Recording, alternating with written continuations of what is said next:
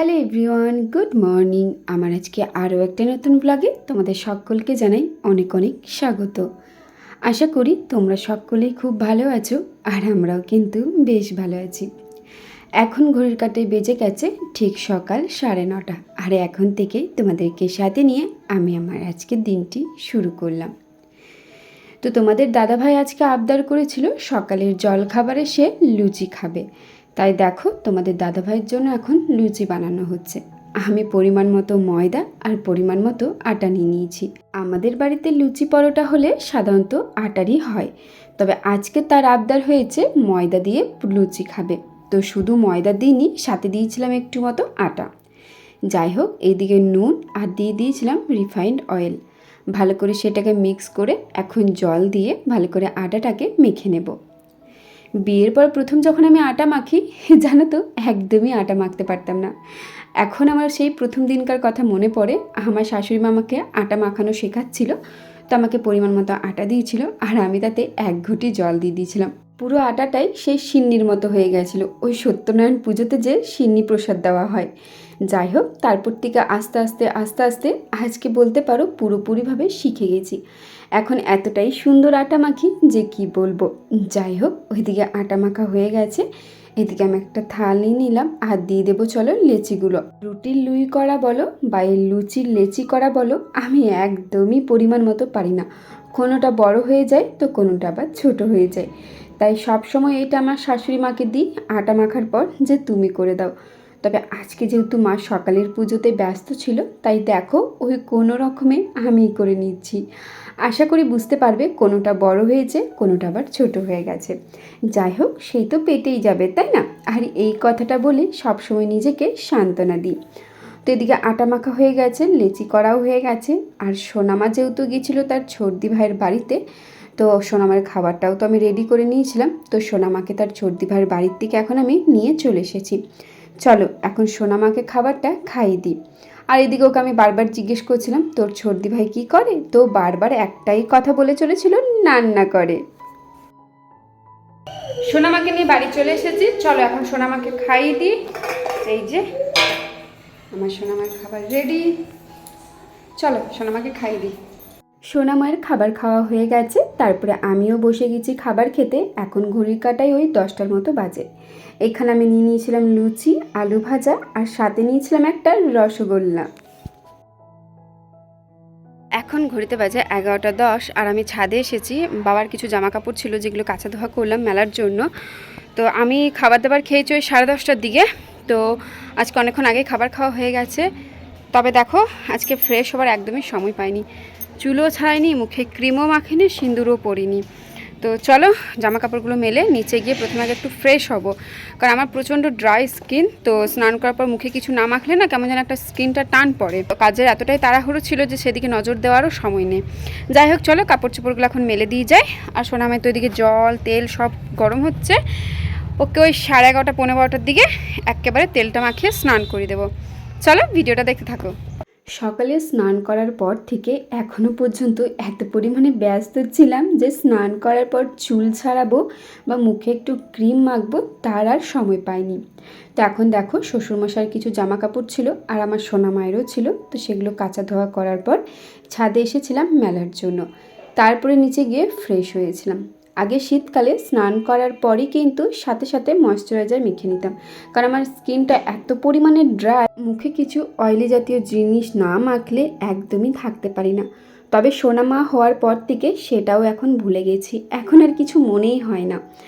যাই হোক, তারপরে নিচে এসে ভালো করে ফ্রেশ হয়ে নিয়েছিলাম। আর তারপরে কলপারে বেশ কিছু বাসনপত্র ছিল, ওই সকালে জলখাবার খাওয়ার পর যে বাসনগুলো আর কি ধুয়ে রেখেছিলাম, তো সেগুলো দেখলাম শুকিয়ে গেছে। তো ফালতু ওইখানে না রেখে আমি একটা ঝুড়ির মধ্যে দেখো সমস্ত বাসনপত্র নিয়ে চলে এসেছি। তো সেই বাসনগুলোই এখন ভালো করে মুছে নিচ্ছি। যদিও শুকিয়ে গেছে, তবু ওই 1-2 বাসনে 1 ফোঁটা 2 ফোঁটা করে জল ছিল। চলো বাসনগুলো ধুয়ে নিই, আর সেই সময় তোমাদের কিছু প্রশ্নের উত্তরও দিয়ে দিই। আমাকে অনেকেই জিজ্ঞেস করেছো সোনামা যে 9 মাসের লাস্ট ভ্যাকসিনটা নিয়েছে, তারপর থেকে সোনামায়ের কবে ভ্যাকসিন আছে আর আমি কখন যাব সোনামাকে নিয়ে ভ্যাকসিন দেওয়াতে। তো 9 মাসের পর সোনামায়ের ভ্যাকসিন আছে এবারে 16 মাসে। সোনামাকে এই 16 মাসের ভ্যাকসিনটা আমি জানুয়ারি মাসে দেব। এখন ঘড়ির কাঁটায় বাজে ঠিক দুপুর 12টা, আর আমি এখন চলে এসেছি সোনামাকে স্নান করাতে। ওই যে দেখো আমার সোনামা। তো সোনামাকে স্নান করানোর জন্য ছাদে চলে এসেছি। তো সকাল থেকে বেশ ভালোই রোদ ছিল, তো জলটা তো রোদের মধ্যে দিয়ে গিয়েছিলাম, দেখি কতটা গরম হয়েছে। তো ভাবলাম ছাদে সোনামাকে স্নান করে দিই। ছাদে স্নান করার পর বেশ কিছুক্ষণ ওকে রোদের মধ্যে রাখবো। যদিও এখন রোদ নেই, রোদ চলে গেছে, তবুও আর কি সোনামাকে একটু ছাদের মধ্যে রাখবো, তারপরে ওকে খাবার খাইয়ে দেবো। সোনামায়ের কখন কখন ভ্যাকসিন থাকে সেই সমস্ত আপডেট তো আমাদের এখানে যে সেন্টারে দিদিটা আছে সে আমাকে বলে দিয়ে যায় বা ফোন করে বলে দেয়। তো এই কিছুদিন আগে দিদি এসেছিল, তো আমি জিজ্ঞেস করেছিলাম সোনামায়ের পরের ভ্যাকসিনটা কখন আছে। তো সেই দিদিটাই বলল ডিসেম্বরের 19 তারিখের পর, মানে সোনামায়ের 16 মাস তো কমপ্লিট হয়ে যাবে, তারপর সোনামায়ের ভ্যাকসিনটা হবে, মানে জানুয়ারি মাসের ওই ফার্স্ট উইক করে আমাকে যেতে বললো। তো এই জানুয়ারি মাসের ফার্স্ট উইকে সোনামায়ের 16 মাসের ভ্যাকসিনটা হবে। আশা করি তোমরা শুনে নিলে বা জেনে নিলে। তবে শুনেছি নাকি এই ভ্যাকসিনে প্রচণ্ড পরিমাণে ব্যথা আর জ্বরও আসে। মানে প্রথম যে 45 দিনের ভ্যাকসিনটা নিয়েছিলাম, তো সেই ভ্যাকসিনের মতন এটাও মানে আর কি হবে। তো এবারে একটাই কথা ভাবছি, তখন তো সোনামা হাঁটতে চলতে পারতো না, চুপটি করে শুয়ে থাক, হাত পাও নড়াতো না। আর হাত পা যাতে না নড়ে তাই আমি কি করতাম, পাশ বালিশ চাপা দিয়ে দিতাম। তো যার কারণে সোনামা একদমই নড়াচড়া করতো না। এর ফলে ওর ব্যথাটাও হতো না, আর ও বেশ আরামও পেত। তবে এইবারে জানি না কি হবে, সেই দিনটা কেমনভাবে পার করব, কারণ এখন তো সোনামা খুব দুষ্টুমি করে, এতটাই জেদি হয়ে গেছে বা এতটাই দুষ্টুমি করে যে কি বলবো। তবে দেখা যাক সেই দিনটা কেমনভাবে রাখতে পারি। এখন ঘড়িতে বাজে 12:30, আর সোনামায়ের জন্য দুপুরের খাবার নিয়ে চলে এসেছি। এই যে দেখো, ভাত, ডাল আর বাঁধাকপির তরকারি। তো আমাদের তো ডিম হয়েছে, সোনামাকে তো ডিম দিই না, তাই ওকে বাঁধাকপির তরকারি, ভাত আর ডাল দিয়েছি। চল এখন ওকে খাইয়ে দিই। সোনামা এখন ওর বাবার সাথে খেলা করছে। চলো দেখা যাক কখন খাবার শেষ হয় ওর। এখন চলে এসেছি সোনামাকে দুপুরের খাবার দিতে। আর আজকের দুপুরের খাবারে সোনামার ছিল ভাত, ডাল আর বাঁধাকপির সবজি। বাঁধাকপির সবজিটা মাছের মাথা দিয়ে হয়েছিল। চলো সোনামাকে সেটাই খাইয়ে দিই। সোনামায়ের খাওয়া দাওয়া হয়ে গেছে, আর তারপরে সোনামাকে ঘুম পাড়িয়ে দিয়েছিলাম ওই 1:30টার দিকে। এখন যেহেতু সোনামাকে ওই 10টার পর ঘুম পাড়ায় না, কারণ শীতের দিনের বেলা, তো বেলাটা তো বেশ ভালোই ছোট হয়েছে, তো যার কারণে এখন আর 10টার সময় ঘুম পাড়ায় না। এখন একেবারে দুপুরের খাবার খাওয়া হয়ে যাওয়ার পরে ওকে ওই 1টা-1:30টার মধ্যে ঘুম পাড়িয়ে দিই, কারণ এই 1টা-1:30টার পর ঘুম পাড়ালে ও কিন্তু বেশ অনেকক্ষণই ঘুমায়। সোনামার ঘুম হয়ে যাওয়ার পর আমরাও খাবার খেয়ে নিয়েছিলাম, আর এখন ঘড়ির কাঁটায় ওই 1:45 কি 2টোর মতো বাজে। খাওয়া দাওয়া হয়ে গেছে, বেশ কতগুলো বাসনপত্র হয়েছিল। মাকে বললাম তুমি যাও, যে জায়গায় খেয়েছি সেই জায়গাটা ভালো করে মুছে দাও, আর সেই সময় আমি বাসনপত্রগুলো ধুয়ে নিচ্ছি। আর এইভাবেই দুজনে যদি হাতে হাত মিলিয়ে কাজগুলো করি তাহলে অনেকটাই সুবিধা হয়। বাসন তো আমার মাজা হয়ে গেছে, ধোয়াও হয়ে গেছে। চলো এখন এক এক করে বাসনগুলো রেখে দিই, আর তারপরে এই বাসনগুলো কলপাড়ে রেখে দিয়ে যাব, কারণ রোদের মধ্যে যতটুকু আর কি জলটা ঝরে। আর তারপর আমার শাশুড়ি মা এসে এই বাসনগুলো তুলে নিয়ে চলে যাবে। আমি তো এবার ভেতরে চলে যাব, সোনামায়ের কাছে থাকবো, কারণ সোনামা কখন উঠে যাবে বলাটা কিন্তু ভারী মুশকিল।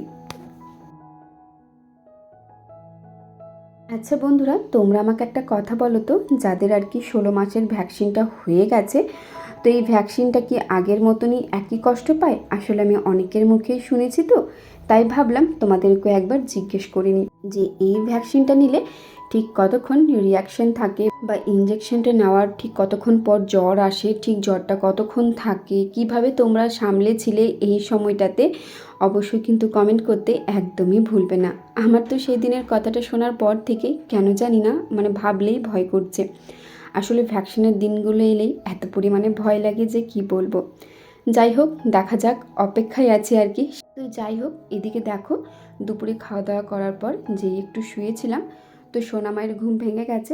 তো সোনামায়ের এখন আর কি চোখে মুখে জল দিয়ে দিলাম, আর তারপরে সোনামায়ের জন্য বানিয়ে নিয়েছিলাম ওটস। আর আজকের ওটসটা কিন্তু আমি আপেল দিয়ে বানিয়েছিলাম। তো এদিকে ওটসটা ঠান্ডার জন্য দিয়েছিলাম, আর সাথে দিয়ে দিলাম পরিমাণ মতো দুধ। তো চলো এখন সোনামাকে এই ওটস, আপেল আর তোমার দুধটা খাইয়ে দিই। আর সোনামা তো ওটস খেতে খুবই ভালোবাসে। বিকেলে তো ওকে বেশিরভাগ ক্ষেত্রে মুড়িটাই আমি দিই, কখনো আপেল দিই, কখনো আবার মিষ্টি কলা যা থাকে সেটাই দিই। তবে আজকে প্রথমবারের জন্য সোনামাকে ওটস দিচ্ছি, জানি না ও ঠিক কতটা খেতে পছন্দ করবে। তবে দেওয়ার পর দেখলাম যে না, ও কিন্তু ভালোভাবে খেয়েছে।